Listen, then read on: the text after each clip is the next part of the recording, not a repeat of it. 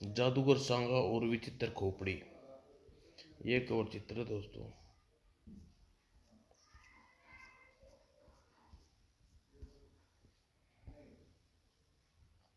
भागो भागो।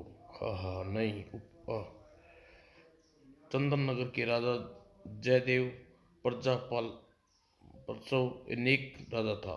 उसकी रानी रूपवती सर्वगुण संपन्न थी, लेकिन उसका पुत्र कार्ति क्रांतिदेव कामचोर आलसी प्रवृत्ति का था। वह उसे अधिकांश समय सोकर गुजरा करता था। खर राजा जयदेव व रानी रूपमती उसके भविष्य के प्रति बेहद चिंतित थे। खर उप न जाने राजकुमार कब अकल आएगी। आप ठीक कहते हैं महाराज। एक दिन राजा जयदेव आखेट खेलने जंगल में घूमने आया हुआ था कि अचानक बचाओ, ओह लगता है कोई बेचारी मुसीबत में, हमें देखना चाहिए, आओ महाराज।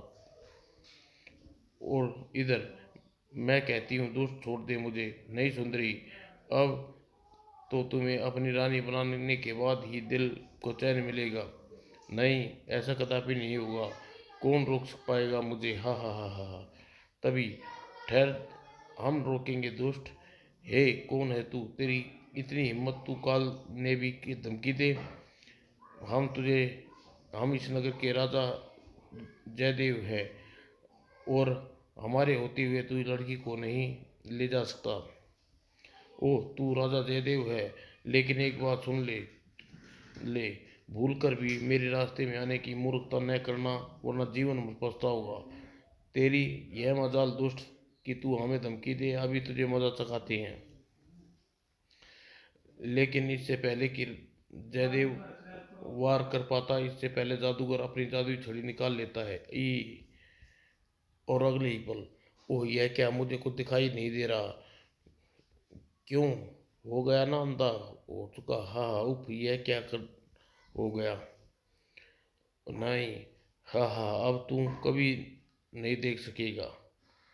और तभी ठहर जा दोस्त, तूने हमने महाराज की ये हालत की, हम तुझे जिंदा नहीं छोड़ेंगे। हाँ हाँ हाँ हाँ, मारो रामजादे को, भागो। हाँ हाँ हाँ। और लेकिन इससे पहले कोई सैनिक उसके निकट पहुंच पाता, उसकी जादुई छड़ी आग की लपटें निकली। देखते ही देखते सभी सैनिक जलकर भस्म हो गए। और राजा जयदेव, मैं जा रहा हूँ, अब तू इसी जंगल में अपने किसी भयानक अंजाम की प्रतीक्षा करो। हा हा हा। लेकिन राजा जयदेव के कंधे पर धनुष बाण उतारा और तीर चढ़ा कर बुदबुदाया, हे दुष्ट, बेशक मैं देख नहीं सकता, लेकिन शब्दवेदी बाण चला सकता हूँ। मैं अभी भी तेरी करनी का दंड दे सकता हूँ। हा हा हा। और फिर राजा जयदेव ने जादूगर का हठास की दिशा में लक्ष्य प्रतीत छोड़ा, और अगले ही पल आ, और जादूगर के मुंह से निकलने वाली अंतिम चीख थी। जादूगर के मरते ही, महाराज मुझे दुख है कि मेरी वजह से आपकी आंखें चली गई। अपना दिल छोटा न करो बेटी, लेना देना ईश्वर के हाथों में है। मुझे इस बात की खुशी है कि तुझे दुष्ट के चुंगल से बचा लिया। अच्छा, इस बात को छोड़ो और ये बताओ तुम कौन हो, और यह दुष्ट जादूगर के हत्थे कैसे चढ़ी। महाराज मैं बीनापुर गांव में अपने माँ बाप के साथ रहती थी, और आज जब मैं अपने माँ बाप पिता के साथ खेतों में काम कर रही थी, ओह इतनी सुंदर युवती, इसे अपनी पत्नी बनाऊंगा। जाने यह डडियल मुझ पर क्यों घूर रहा है। मैं अभी यह सोच ही रही थी कि सुंदर सुंदरी, मैं तुमसे विवाह करना चाहता हूँ। उप दुष्ट, मेरा हाथ छोड़, कभी ने छोड़ दे मेरी बेटी को, वरना मैं तुझे जान से मार डालूंगा। हाँ हाँ चल भाग बूढ़े, तू क्या मारेगा। दोस्त तू ऐसे नहीं मानेगा। कहने के साथ ही जैसे ही मेरे बापू ने लाठी चलाई और जादूगर ने अपनी जादुई छड़ी निकाल ली, और आह आह चंद्रकला माँ, और फिर मेरे देखते ही देखते मेरे माँ पिता को आग में जलकर मार डाले। लेकिन मैं इस दुनिया में अकेली हूँ। सुबक सुबक सुबक, दुखी मत हो बेटी, वो चंद्रकला, मैं तुम्हें बेटी कह चुका हूँ, इसलिए अब तू मेरे साथ रहेगी। हाँ बेटी चलो जी। और चंद्र कं चंद्रलता राजा जयदेव के साथ चंद्र नगर की ओर चल दी। इधर जंगल में पहाड़ियों के मध्य बने अपने महल के शयन कक्ष में लेटा हुआ जादू सांगा चौंक उठा। यह क्या? उप ऐसा लगता है जैसे काल ने भी खतरे में है, मुझे पता लगाना चाहिए। और खोपड़ी निकट पहुंचा और मन ही मन कोई मंत्र बुद्धता बोला, ए शैतानी खोपड़ी, इस समय मेरा बेटा कहाँ है? जो हुक्म स्वामी।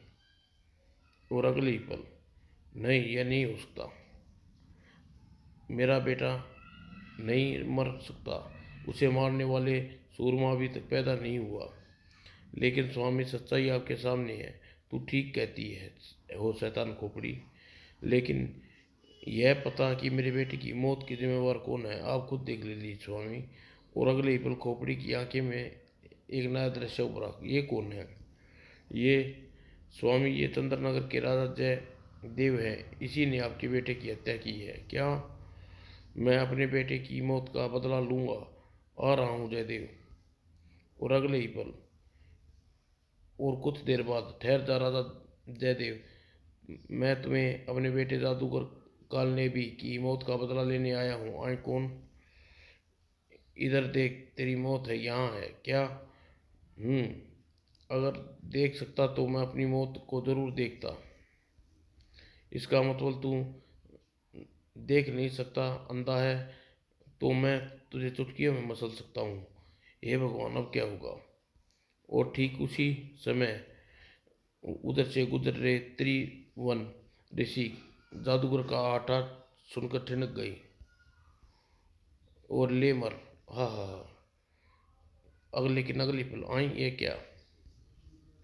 जादूगर इन पल त्रिवेन ऋषि के सामने आते हुए गरजे, दूर जादूगर, अपनी भलाई चाहता तो भाग जा, वरना तुझे जलाकर राख कर दूंगा। ओह महात्मा जी, मूर्ख सन्यासी, तू यह मजाल, तू जादूगर संपाक से टकराए, मैं तुझे अभी मजा चखाता हूँ जादूगर सांगा। और कहने के साथ ही जादूगर सांगा ने कोई मंत्र बुदबुदाया, सीट स्टंग स्टंग। और अगले ही पल, हा हा हा, इसकी इसकी एक ही जहरीली पुकार पूरे जंगल को भस्म भस्म हो जाएगा। लेकिन इससे पहले ही जहरीली पुकार मारे, मैं इसे जलाकर भस्म कर देता हूँ। और इसी के साथ त्रिवेन त्रिवेन ऋषि की आंखों में चमकीली किरणें निकलकर जादूगर सांगा की ओर बढ़ी। और अगले ही पल, नहीं, ओह, तभी, सावधान स्वामी, आपकी मांत्रिक शक्तियाँ त्रिवेण ऋषि का मुकाबला नहीं कर सकती, अतः भलाई इसी में है, अपने कानों का कुंडल उतार फेंक दो, वरना इससे इसकी इसमें आग आपके चेहरे को झुलसा देगी, फौरन यहाँ से भाग चलो। और यह तुम क्या कह रही हो शैतान खोपड़ी, वही जो सच है। और अगले पल, उफ, यह इसका मतलब यहाँ से भागना पड़ेगा। और राजा जयवन, इस बार तो तू बच गया, लेकिन जल्द ही तुझे अपने बेटे की मौत का बदला लेने चंद्रनगर आऊंगा। और इसी के साथ जादूगर सांगा वहां से भाग खड़ा हुआ, दुष्ट भाग गया।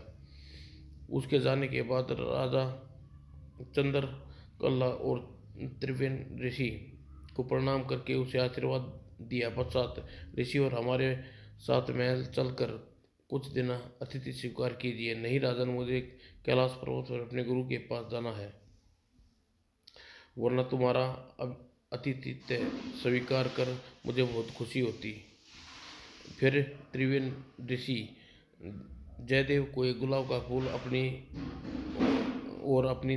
तलवार व रुद्राक्ष की माला देते हुए बोले, राजन, अब यह तलवार और माला तुम्हारे पास है, जादूगर सांगा तुम्हारा कुछ नहीं बिगाड़ सकेगा। और आने वाली पूर्णिमासी को स्नान के बाद इस गुलाब के फूल का रस अपनी आंखों में लगा लेने, तुम्हारी खोई हुई ज्योति पुनः वापस लौट जाएगी। वाह, वह तो मैं फिर से देख सकूंगा। मुझे तो लगता है ऋषिवर स्वयं भगवान हैं। भगवान ने मदद के लिए आए हैं। और तलवार, माला और गुलाब का फूल राजा को सौंपने के बाद त्रिवेणी ऋषि राजा से विदा लेकर एक और चल पड़े। चलो बेटी जी। और शाम को होते ही राजा जयदेव चंद्रकांता के साथ राजमहल में पहुंच गए। जयदेव की दशा देख पहरेदार चौंक उठे। अरे महाराज को क्या हो गया? ओह महाराज आपको क्या हो गया? सैनिक, हम अपनी आंखी की ज्योति खो चुके हैं क्या? और यह समाचार रानी रूपवती के पहुंचा। चीख उठी, नहीं यह नहीं सच तो नहीं हो सकता। दौड़ती हुई राजा जयदेव के कक्ष में पहुंची। स्वामी अब आपको क्या हो गया? अबू रूपवती, धैर्य रखो, फिर ये सब ठीक हो जाएगा अबू।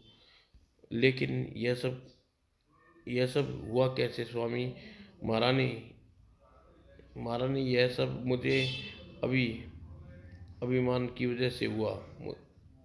यह सब मुझे अवज्ञा की वजह से हुआ।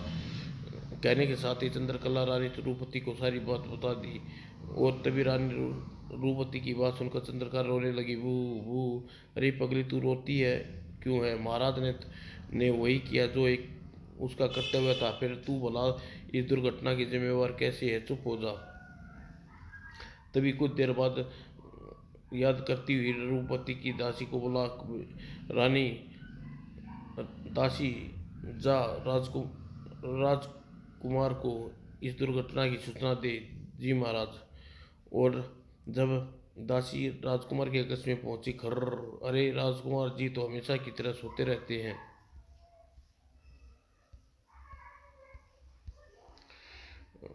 राजकुमार जी उठिए, राजकुमार जी उठिए, उप क्या मुसीबत है? क्या बात है दासी, हमें जगाने की तुम्हारी हिम्मत कैसे हुई? वो राजकुमार जी हुई। फिर दासी राजकुमार ने कांतिदेव को सारा किस्सा सुना दिया। सारी बात सुनकर, नहीं। और कुछ ही देर बाद, यह सब कैसे हुआ पिताजी? महाराज बेटे, यह जादूगर काल नेवी की वजह से हुआ है। और फिर रानी रूपवती ने राजकुमार को पूरी बात बता दी। पूरी बात बताने के बाद, बेटे अब जब तक तुम्हारे पिताजी की आंखें की ज्योति वापस नहीं आती, तुम्हें ही सारी रात कार्य देखने होंगे। ठीक है माँ। और उधर जादूगर सांगा की खोपड़ी पर सवार हुआ जगह पहुंचा जहां बेटे की लाश पड़ी थी। उफ, मेरे बेटे की यह दुर्दशा! ये शैतान खोपड़ी इसको जलाकर राख कर दे जो कमरे। और अगले ही पल, आ कुकू कुकू, और देखते देखते सारे जानवर जलकर भस्म हो गए। बेटे, मैं तेरी सौगंध खाता हूँ कि मैं राजा जयदेव के पूरे राज्य का नशो नसूद कर दूंगा। पूरे चंद्र नगर को शमशान घाट में बदल दूंगा। हा हा हा। और फिर सांगा निकट पड़ी एक काल नेवी की जादुई छड़ी उठाई और मंत्र बजाने हुए रुख जमीन की ओर किया। बम बम। और अगले ही पल फिर सांगा काल नेवी की लाश को उठाकर चिता पर लेटाई और चिता पर अग्नि दिखा दी। राजा काल ने भी, कल तेरे चंद्रनगर की प्रतिदिन 1000 चिताएं जलेंगी। और दूसरे दिन चंद्रनगर में व्यस्त बाजार में खरीद फरोख्त कर रहे लोग, हाँ आई, ये कौन है? कौन आ गया? मुझे तो खतरे की बू आ रही है, यहाँ से भाग निकलने में भलाई है। और चंद्र नगर वासियों, मैं जादूगर सांगा, मैंने कसम खाई है कि इस नगर में 1000 आदमी प्रतिदिन मारा करूंगा। लेकिन क्यों? हमने तुम्हारा क्या बिगाड़ा है? तो हमारी तुमसे क्या दुश्मनी है? दुश्मनी तुमसे नहीं, तुम्हारे राजा से है। उससे मेरे बेटे को मारा है। अब अपने बेटे की मौत के बदले चंद्रनगर में मौत की नींद सुला कर रहूँगा। और शैतान खोपड़ी शुरू कर दे अपनी खूनी खेल। अभी लो स्वामी। और अगले ही पल, साख साख, नहीं नहीं, ओह तड़ा ई। और पूरे 1000 इंसानों की मौत की नींद सुलाने के बाद वह जादुई खोपड़ी वापस खोपड़ी के मुख में जाने लगे। खुशकिस्मत हो तुम लोग जो आज जीवित बच गए। जाओ अपने राजा से कहो वह तुम्हारी रक्षा करे, कल फिर आऊँगा। इसी प्रकार जादूगर सांगा वहां से चला गया। और तुरंत ही यह खबर राजा जयदेव तक पहुंच गई। नगर के निवासी, आप लोगों को विश्वास दिलाता हूँ कि दुष्ट जादूगर आपका बाल विवाह का नहीं कर सकेगा। कल का दुष्ट उस अपना समय राजकुमारी की कीर्तिदेव का सामना राजकुमार कीर्तिदेव करेगा। और राजा के आश्वासन पाकर नगरवासी लौट गए। और दूसरे दिन राजा यह लो महात्मा के द्वारा दी गई रुद्राक्षी माला और तलवार तुम्हें जादूगर सांगा के हर हाल में खत्म करना होगा। ठीक है पिताजी। और सुबह ही राजकुमार कीर्तिनगर की ओर चल पड़ा। पता नहीं कब आएगा जादूगर सांगा। और दोपहर हो गई। लगता है अब मुझे नहीं आएगा। मुझे जोर से नींद आ रही है, क्या किया जाए। और फिर कुछ सोचकर सैनिकों से बोला, सैनिकों तुम पांच पांच लोगों के दल बनाकर नगर के विभिन्न भागों में गश्त करो। फिर वह जादूगर दिखाई पड़े तो मुझे खबर करना। जी महाराज। और फिर सैनिक दल बनाकर नगर के विभिन्न अंगों में गश्त के लिए निकल पड़े। और सैनिक को जाते ही हुआ सामने सराय है, क्यों ना कुछ देर आराम कर लूं। और फिर कुछ देर बाद खर। और फिर समय इन उस समय नगर के एक हिस्से में जादूगर सांगा, हा हा सावधान नगरवासियों, तुम्हारे मौत सिर पर मंडरा रही है। तो फिर यह जादूगर सांगा, हाँ हम में से किसी को एक तुरंत राजकुमार को खबर कर देनी चाहिए। नगरवासियों, लगता है राजा ने तुम लोगों की सुरक्षा का कोई उपाय नहीं किया है कि, किया है। तुम्हारी मौत के रूप में राजकुमार कीर्तिनगर यहाँ पहुँचने वाला है। राजकुमार कीर्तिनगर वह कल का छोकरा मेरा क्या बिगाड़ लेगा। मैं उसे मौत के घाट उतार दूंगा। हाँ हाँ। एक शैतान खोपड़ी मुझे जब तक राजा कीर्तिनगर आए अपनी करामत दिखा, जो आज्ञा स्वामी। और अगले ही पल इसी पल जादुई खोपड़ी से मौत भागना आसान नहीं। हा हा हा। और तभी वहाँ विभिन्न दिशाओं के साथ सैनिकों की टुकड़ियाँ पहुंची। मार डालो दुष्ट को, बचने न पाए वह राजा जादूगर सांगा। और लेकिन सांगा की जादुई मौत से न बच सकी। और फिर देखते ही देखते वहाँ लाशों का ढेर लग गया। और पूरे 1000 लाशें गिरा कर जादूगर सांगा वहाँ से रवाना हुआ। वह जा रहा दुष्ट। हाँ, 1000 जान लेने के बाद। और उस दिन राजकुमार महल में पूछा, राजकुमार कीर्तिदेव इस समय कहाँ छुप गए थे जब जादूगर सांगा खूनी खेल खेल रहा था। जी जी वो राजकुमार मैं राजकुमार उन सब के तुम खूनी हो। उनकी हत्याएं सिर्फ तुम्हारे लापरवाही के कारण हुई है। मैं तुम्हें कभी क्षमा नहीं करूंगा। पिताजी मुझे क्षमा कर दीजिए। मैं आपके चरणों की सौगंध खा के कहता हूँ कि जब तक उस दुष्ट को नहीं मार दूंगा आपको अपना मुंह नहीं दिखाऊंगा। महाराज, मेरे ख्याल से राजकुमार जी अपनी भूल सुधर गए हैं, एक मौका देना चाहिए। ठीक है तो जाओ, लेकिन याद रखना तुम्हारे यह आखिरी मौका है। जी पिताजी। और कहकर राजकुमार महल से बाहर निकल कर सोचने लगा, इस वक्त मैं बेकार में महल से बाहर निकला, जादूगर तो कल आएगा। खैर, जब तक अब क्या हुआ, रात को किसी अच्छी धर्मशाला में व्यतीत करता हूँ। लेकिन इस बात से कति बेखबर था कि एक घोड़सवार महल से उसके पीछे लगा हुआ है। और फिर उसने पहले रात को अंधेरा वातावरण में फैला। ओ तो इसका मतलब राजकुमार इसी धर्मशाला में व्यतीत करना चाहते हैं। अब मुझे रात होने की प्रतीक्षा करनी होगी। और रात का पहला पहर बीतने के साथ ही घुड़सवार चोरों की तरह राजकुमार के कमरे में प्रविष्ट हुआ। गहरी नींद में है। राजकुमार के गले में पड़ी रुद्राक्ष की माला और तलवार लेकर चुपचाप धर्मशाला से बाहर निकल गया। और फिर कुछ देर बाद जादूगर सांगा के महल इस जंगल की पहाड़ी की में मध्य में बना है। वह रहस्यमय घुड़सवार रास्ते में आती प्रत्येक मुसीबत का सामना करता हुआ बियाबान जंगल से नियंत्रण आगे बढ़ता जा रहा था। और फिर जंगल पार करते ही वह रहा जादूगर सांगा का महल। लेकिन इधर यह रहस्य मैं घुड़सवार जादूगर के महल के निकट पहुंचा। जादूगर सांगा के महल में अंदर मौजूद मेज पर विचित्र खोपड़ी चीख उठी, सावधान स्वामी, तुम्हारी मौत तुम्हारे दरवाजे पर पहुंच चुकी है क्या? चलो मैं भी देखूं कौन अपनी मौत को, चलिए। और अगले ही पल, हाँ हाँ हाँ, तो ये है मेरी मौत। मैं अभी तुझे मौत के घाट उतार देता हूँ। कौन किसे मौत की घाट उतारता है यह तो वक्त बताएगा, दुष्ट। और कहने के साथ ही जादूगर सांगा ने अपने बेटे वाली जादुई छड़ी उस शक्ति सैन रहस्यमय सैनिक की ओर किया। लेकिन अगले ही पल जादूगर सांगा बुरी तरह चौंका। अरे यह क्या, इसके चारों ओर सुरक्षा चक्र बना हुआ है। हाँ स्वामी, यह चमत्कार त्रिवेण ऋषि की दी हुई माला का है। और अब हमारी भलाई इसी में है कि हम यहाँ तुरंत से भाग लें।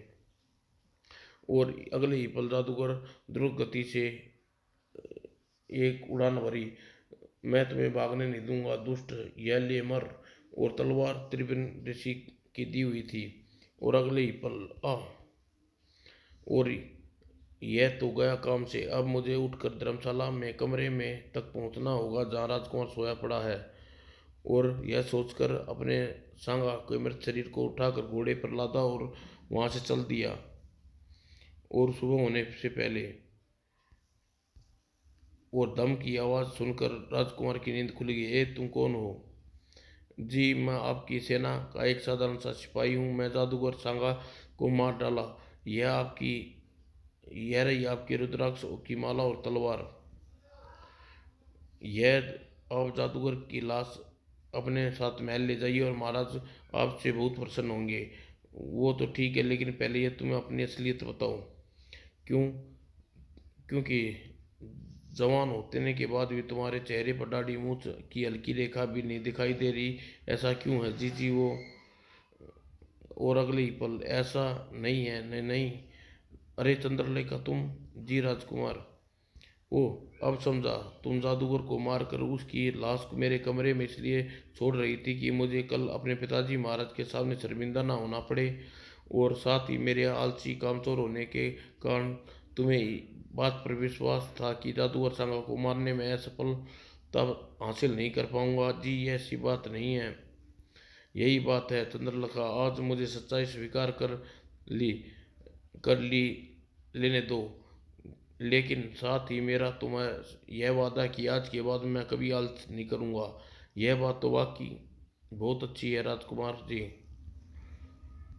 और फिर सुबह होने के बाद चंद्रलेखा और क्रांतिदेव सांगा की लाश को लेकर राजमहल पहुंचे। और फिर राजकुमार ने पूरी ईमानदारी से सच्ची बात राजा को बताई। वाह बेटी, तुम तो बहुत बहादुर लड़की हो स्वामी। ऐसी बहादुर लड़की तो हमारी बहू होना चाहिए। वाह बात, वाह क्या बात कही तुमने रूपमती। और फिर पूर्णमासी के दिन त्रिदेव ऋषि द्वारा बनाए बताए उपाय करने के बाद राजा जयसिंह की आँखी की ज्योति पुनः लौट आई। और फिर राजा ने एक शुभ मुहूर्त में राजकुमारी और चंद्रकांता का विवाह करवा दिया। समाप्त दोस्तों।